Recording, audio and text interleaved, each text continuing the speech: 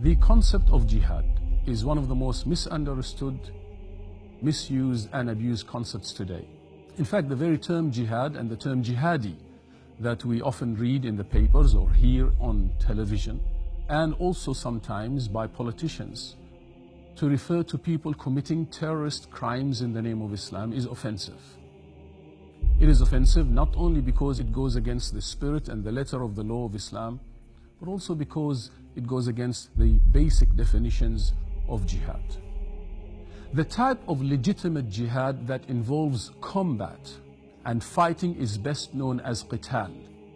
Jihad in the form of fighting can be valid under certain circumstances, such as defending one's own homeland against invasion or occupation, or even helping others who are subjugated to oppression and injustice, even though they are non-Muslims.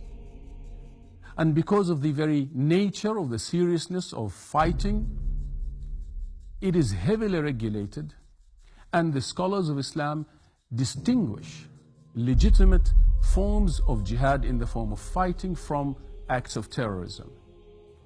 In fact, all acts of terrorism fall under the term of hiraba. In Islamic legal terminology, hiraba simply means killing by stealth and targeting a defenseless victim in a way intended to cause terror in society.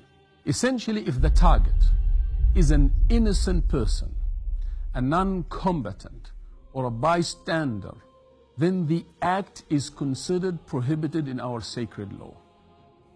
And this opinion is not a new opinion. It is an opinion that is based on a well-known principle in Islamic law, a dhabit, that simply says it is not permissible to kill the opponent's women and children if they are not in direct combat.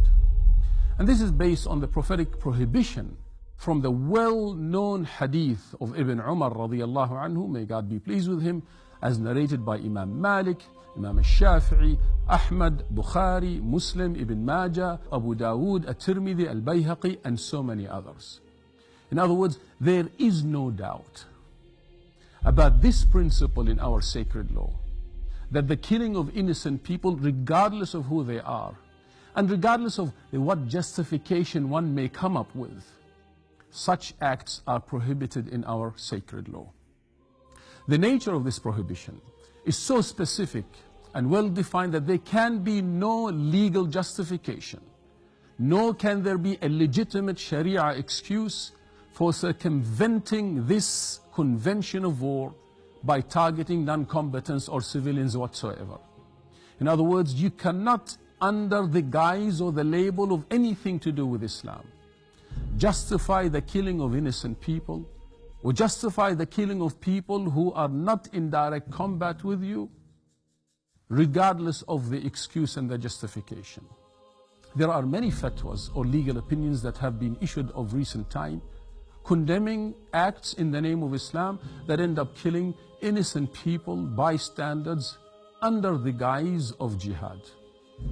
Unfortunately, however, often these statements by leading Muslim scholars do not make it in the media, for it is not sensational enough perhaps, and that is why often we get asked, why don't Muslim scholars speak more against acts of terrorism? To this I reply that the Muslim community and Muslim scholars have condemned acts of terrorism again and again and again, to distinguish between jihad and terrorism. Thank you for listening.